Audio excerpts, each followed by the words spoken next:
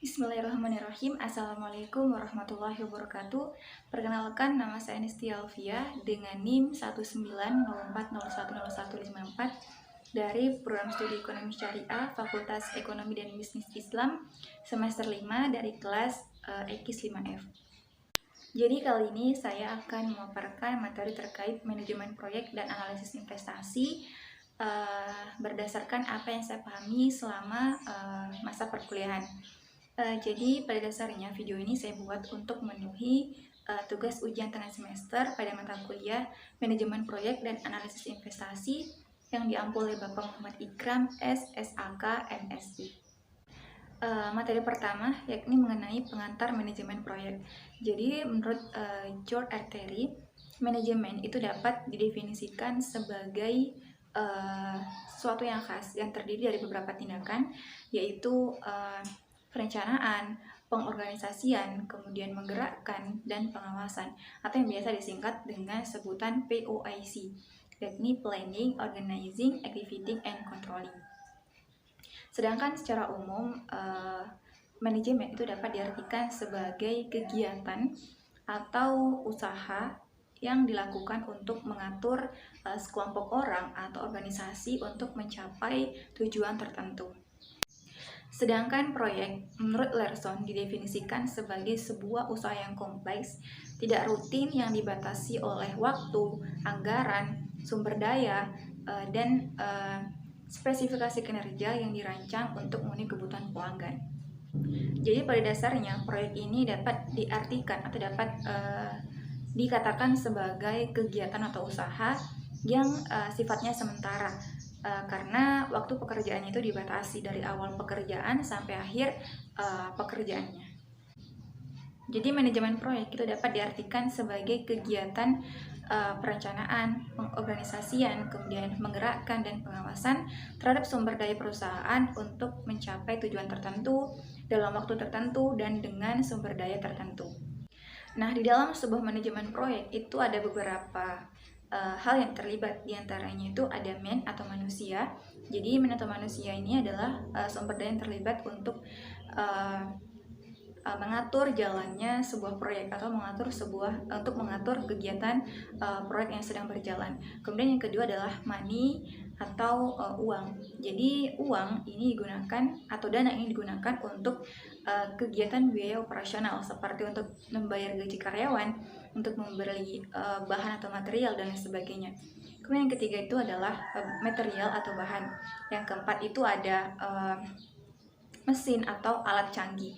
Jadi mesin ini digunakan untuk membantu kegiatan atau membantu pekerjaan dari manusia itu sendiri untuk mempercepat pekerjaan. Kemudian yang kelima itu ada methods atau strategi yang digunakan untuk mempercepat jalannya pekerjaan. Dan terakhir itu adalah market atau pasar. Kemudian yang materi kedua itu ada analisis investasi. Jadi investasi itu dapat diartikan sebagai kegiatan penanaman modal atau menyimpan dana pada periode tertentu dengan harapan mendapatkan keuntungan di masa yang akan datang. Jadi investasi ini dapat dikatakan sebagai kegiatan untuk melipat gandakan harta yang kita miliki tanpa melakukan usaha yang lebih. Jadi maksudnya adalah kita hanya perlu menanamkan modal atau menanamkan harta yang kita miliki, kemudian kita hanya tinggal menunggu dana tersebut dapat berkembang biak. Makanya tak heran kalau ada istilah yang mengatakan investor itu dapat tetap menghasilkan uang walaupun ia sedang tertidur pulas. Nah, itulah kelebihan atau keuntungan kita berinvestasi. Kita akan tetap mendapatkan uang atau mendapatkan penghasilan walaupun kita hanya sedang bersantai-santai atau berleha-leha. Nah, di dalam berinvestasi, kita tidak hanya akan mendapatkan keuntungan-keuntungan yang besar, tapi kita juga harus siap untuk menghadapi resiko-resiko yang besar terhadap kerugian nantinya. Makanya sebelum kita mengambil keputusan untuk berinvestasi, kita harus selidiki atau analisis terlebih dahulu perusahaan yang akan kita lakukan penanaman modal agar nantinya tidak terjadi kerugian yang begitu besar. Makanya kita harus mengetahui atau menyelidiki apa-apa saja harus diperhatikan dalam berinvestasi agar nantinya kita dapat meminimalisir risiko-risiko kerugian dalam berinvestasi. Jadi kalau kita melakukan investasi, ada beberapa manfaat yang bisa kita dapatkan. Yang pertama yaitu menjauhi kemungkinan terjadinya inflasi. Karena kan inflasi itu pasti akan tetap terjadi dari waktu ke waktu. Makanya dengan kita melakukan investasi, kita akan mengurangi dampak dari inflasi itu sendiri. Kemudian manfaat yang kedua itu penghasilan jadi bertambah. Karena kalau kita melakukan investasi, maka tentu dana yang kita tanamkan tadi atau modal yang kita tanamkan tadi akan terus bertambah, kecuali kalau misalkan ada kesalahan yang terjadi, maka kita akan mendapatkan kerugian. Kemudian manfaat yang ketiga itu adalah mempersiapkan kebutuhan di masa yang akan datang. Jadi misalkan kebutuhan di masa yang datang seperti kayak kebutuhan pendidikan, kemudian kebutuhan kesehatan dan lain sebagainya. Kemudian manfaat yang keempat itu adalah untuk belajar mengambil keputusan. Karena kan dalam berinvestasi kita tidak serta-merta mengambil jenis investasi itu tanpa melihat resiko apa saja yang terjadi. Makanya dalam berinvestasi kita dilatih dalam mengambil keputusan. Nah, materi ketiga yaitu peramalan dan perencanaan agregat. Nah, perencanaan itu dalam bahasa Inggris itu disebut sebagai forecasting, yaitu usaha atau sebuah kegiatan untuk memprediksi keadaan di masa yang akan datang. Nah, peramalan ini merupakan salah satu fungsi yang sangat penting karena hampir semua kegiatan bisnis itu berdasarkan hasil peramalan di masa yang akan datang. Sedangkan perencanaan agregat adalah suatu kegiatan penetapan tingkat output atau kapasitas produksi secara keseluruhan guna memenuhi tingkat permintaan yang diperoleh dari peramalan dan pesanan dengan tujuan minimasi total biaya produksi. Jadi pada dasarnya peramalan dan perencanaan agregat ini adalah hal yang paling penting dalam sebuah bisnis. Salah satunya yaitu untuk mengetahui atau untuk memperkirakan berapa jumlah barang yang nantinya akan diproduksi, kemudian kapan waktunya dan lain sebagainya. Kemudian materi keempat yaitu mengenai pemilihan lokasi. Jadi lokasi itu dapat diartikan sebagai tempat untuk melakukan usaha atau tempat untuk melakukan aktivitas dalam menghasilkan barang dan jasa. Atau bisa juga dapat diartikan sebagai tempat konsumen datang dan berbelanja. Jadi pemilihan atau penentuan lokasi ini merupakan faktor atau salah satu faktor yang paling penting dalam sebuah bisnis yang berpengaruh terhadap kesuksesan suatu usaha atau sebuah bisnis karena pemilihan lokasi juga berhubungan dengan keputusan pembelian dari konsumen. Untuk itu, dalam proses pemilihan lokasi atau penentuan lokasi, seorang pengusaha itu harus mempertimbangkan beberapa hal agar nantinya tidak terjadi kerugian di masa yang akan datang. Nah, ada beberapa hal atau pertimbangan yang perlu diperhatikan dalam menentukan sebuah lokasi usaha. Yang pertama yaitu lihat kepadatan penduduk atau tingkat jumlah penduduk di lokasi tersebut. Apakah di lokasi tersebut banyak penduduk atau tidak, karena ini juga akan menghasilkan tingkat keberhasilan dari usaha yang akan kita dirikan. Kemudian yang kedua yaitu amati usaha-usaha yang mendukung di sekitar lokasi. Nah, misalkan kalau kita ingin mendirikan sebuah bisnis properti, misalkan seperti perhotelan, penginapan dan lain sebagainya, maka kita harus memperhatikan keadaan di sekitar lokasi.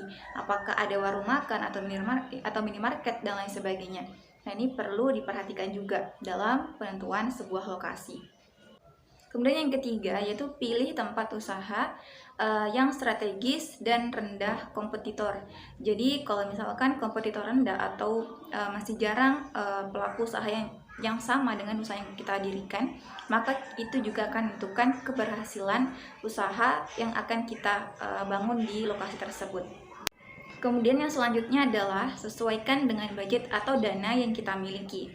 Kemudian yang terakhir yaitu cari yang dekat dengan target pasar. Dan yang terakhir itu adalah mengenai perizinan lokasi. Nah, kalau misalkan kita ingin membangun sebuah bangunan atau sebuah tempat usaha, maka kita harus melakukan perizinan di pemerintah setempat agar nantinya kita memiliki izin untuk operasional dalam melakukan sebuah usaha atau bisnis. Kemudian materi yang kelima yaitu mengenai desain produk dan jasa. Nah, desain produk ini dapat diartikan sebagai usaha atau kegiatan untuk menciptakan produk baru yang akan dijual oleh perusahaan kepada konsumen atau pelanggannya. Nah, keberhasilan dari desain produk itu adalah kita mengerti apa yang user atau pengguna butuhkan, karena nantinya kan mereka lah yang akan menggunakan produk tersebut. Kemudian mengenai desain jasa, pada dasarnya desain jasa dan desain produk ini hampir sama, hanya saja kalau desain produk dia lebih mengacu pada bidang pembuatan barang, misalnya televisi, kemudian handphone, laptop, komputer, dan lain sebagainya. Kalau jasa dia mengacu pada bidang pelayanan atau usaha pelayanan kayak travel, kemudian penjahit, bengkel, dan lain sebagainya. Nah, tanpa desain produk atau jasa yang baik, maka brand yang kita miliki itu tidak akan mampu bersaing di pasar dan mempertahankan bisnis dalam jangka waktu yang panjang. Olehnya, desain produk dan jasa ini adalah hal yang penting untuk strategi pemasaran atau strategi market. Kemudian materi yang terakhir yaitu mengenai kapasitas produksi. Jadi kapasitas produksi ini dapat diartikan sebagai kapasitas atau kekuatan sebuah perusahaan untuk memproduksi barang atau jasa dalam jangka waktu tertentu. Jadi manfaat dari kapasitas produksi ini adalah untuk menentukan berapa jumlah permintaan yang diminta dan yang harus dipenuhi dengan menggunakan fasilitas yang ada. Jadi sebagai contoh kita membahas mengenai kapasitas produksi dari sebuah warung seblak. Misalnya harga seblak per porsi itu sebesar Rp20.000. Nah, warung seblak ini memiliki seorang karyawan yang mampu melayani pelanggan dalam waktu 5 menit. Dengan demikian, maka karyawan tersebut dapat membuat seblak 1 jam itu sejumlah 12 porsi seblak per jam. Nah, misalkan warung seblak ini membuka warungnya dari jam 8 dan tutup pada jam 10 malam, maka kapasitas produksinya itu adalah 12 porsi seblak dikali 14 jam sama dengan 168 porsi seblak. Nah, kemudian kapasitas produksi warung seblak itu dalam 1 bulan atau per 30 hari adalah 168 dikali 30 hari sama dengan 5.040 porsi seblak. Jika harga satu porsi seblak adalah Rp20.000, maka maksimum peluang penghasilan per bulan adalah Rp20.000 dikali 5.040 sama dengan Rp100.800.000. Kita juga dapat menghitung omset per hari. Jika dalam 1 jam bisa menghasilkan 12 porsi seblak, maka dalam 1 jam itu bisa menghasilkan uang senilai Rp240.000. Jadi dalam sehari itu warung seblak itu dapat menghasilkan omset sebesar Rp3.360.000. Baik, itulah tadi hasil pemaparan materi yang dapat saya sampaikan. Apabila ada kesalahan dalam penyampaian materi, saya mohon maaf yang sebesar-besarnya. Terima kasih. Wassalamualaikum warahmatullahi wabarakatuh.